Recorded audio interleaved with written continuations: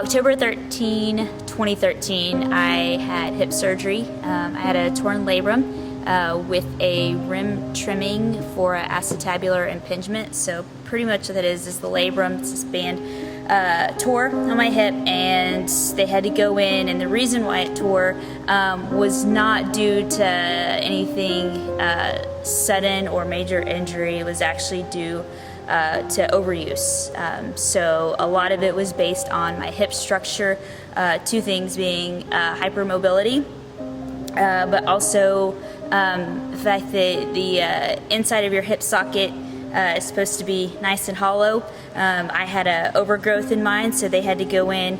And so what was happening is that due to the hypermobility, it was causing my hip to rub in that socket.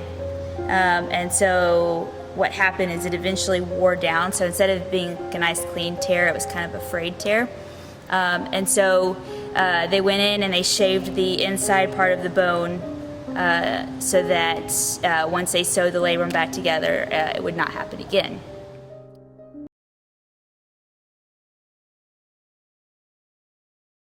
How it happened, again, it says over time. I don't really know when anything started, but I do know that when it kind of got to its breaking point. So we were training for the games that year, 2013, and one of the workouts was a 3-rep overhead squat.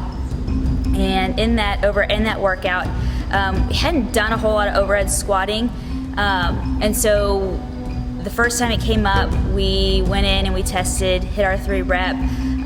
The next day felt some pinching in my hip and was not able to, we went in the next day, the girls went in to go do some overhead squatting work, some snatch balance, stuff like that.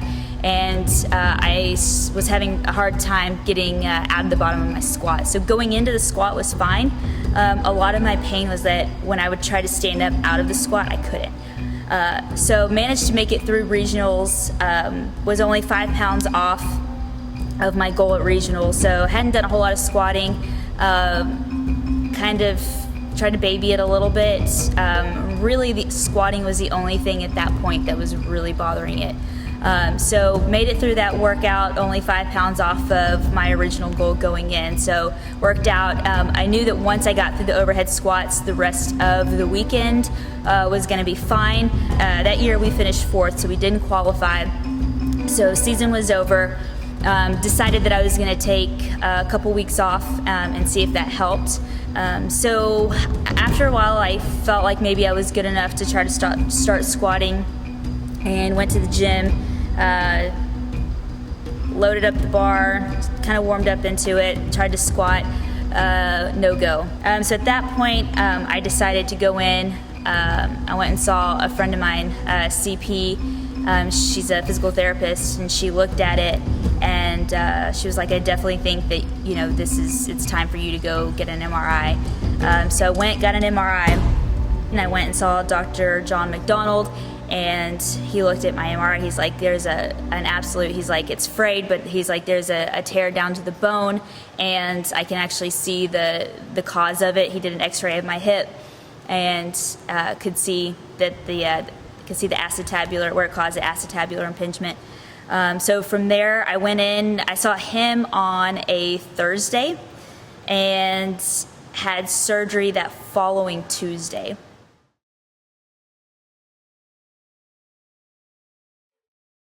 So that night was probably the worst night, and I felt bad for my mom who came down to help me. And when having this surgery, you're required to have a nerve block, and in that nerve block, it causes a lot of like numbness in the lower regions. So one of the hardest things for me to do was to pee, and I wasn't allowed to get out of bed, so I had to stay in the hospital overnight. And it honestly took me about 10 or 15 minutes, like from the time that I got the urge to pee to actually go. And then again, on top of that, I was throwing up most of the night from the anesthesia. But it was just a really miserable night. From there, started physical therapy immediately that next day, and it was mostly just like how to put on your pants, and then putting on the brace and learning to walk on crutches, which I had never done before. I think it was 2 or 3 times a week. Kind of did the basics, sat on the bike. For the first 3 weeks while I was on crutches, I was only allowed to do a non-resistance spin bike. So I got a membership to Hyde Park Gym and would sit on the spin bike there for about an hour with no resistance and just kind of pedal away. After that, I was able to slowly incorporate other types of movement that didn't involve my hips, so a lot of weight training, and by a lot of weight training I mean I did some bicep curls and some overhead press, and that was about it.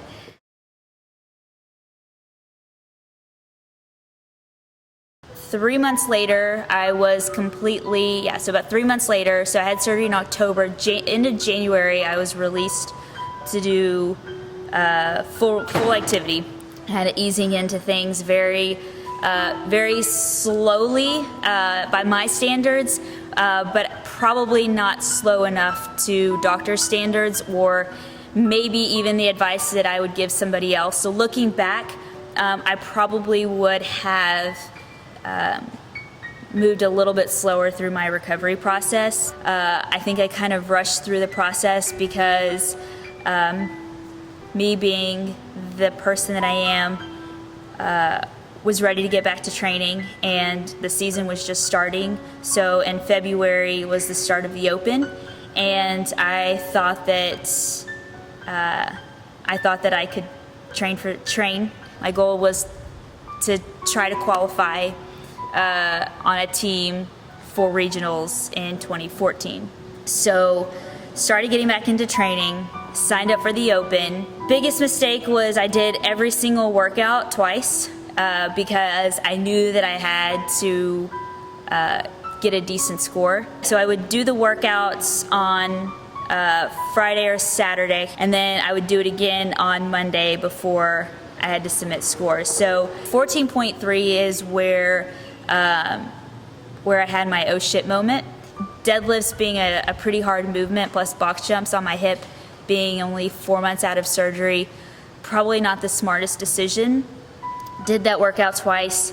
I tried to do 14.4, which was the row, toes to bar, wall ball, muscle up workout. I did a run through of it on Friday, or went to do my first on Friday, and was not able to finish. Toes to bar pretty much wiped me out on that workout.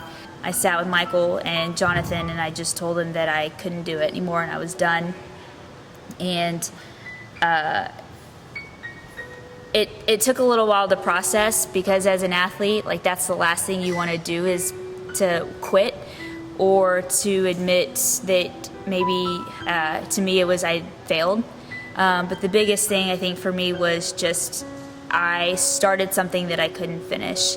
So I decided after that I was going to take 2014.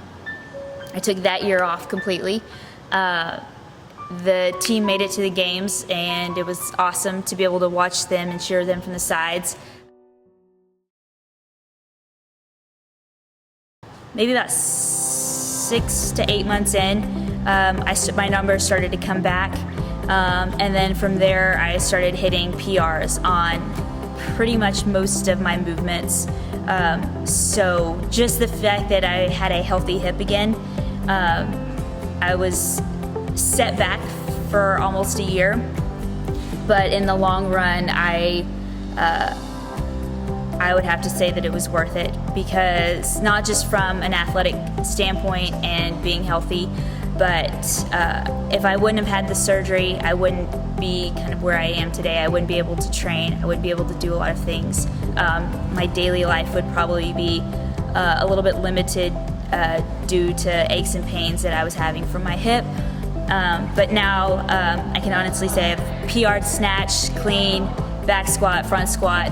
The biggest thing that I learned overall was just patience. And I think, it's hard to say that something that big has to kind of bring you down to really listening to your body, being smart.